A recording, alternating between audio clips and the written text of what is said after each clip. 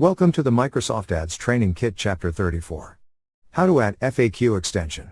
In this video tutorial, we are going to take a look at how to add FAQ extension, step by step. So let's get started. So from our Microsoft Ads dashboard, select All Campaigns and then select Campaigns. Select one campaign from the list.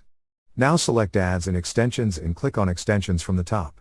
Now click on Create Ad Extension button. Then click on View Sitelink Extensions button and you have so many extensions in the list. Select Sitelink Extensions from the list, here you get all these extensions. Now click on this Add New Sitelink Extension link, here enter link text as FAQ, description which is optional, add your URLs, now click on Sitelink Extension URL options, here you need to enter more details. Then click on Save button. You can also save it from here. Here we already have a FAQ extension, click on its Edit button, from here you can edit its description, URLs and more and then save the changes. So this is how you can add FAQ extension. Thank you for watching. Please proceed to Chapter 35. How to add Contact Us extension.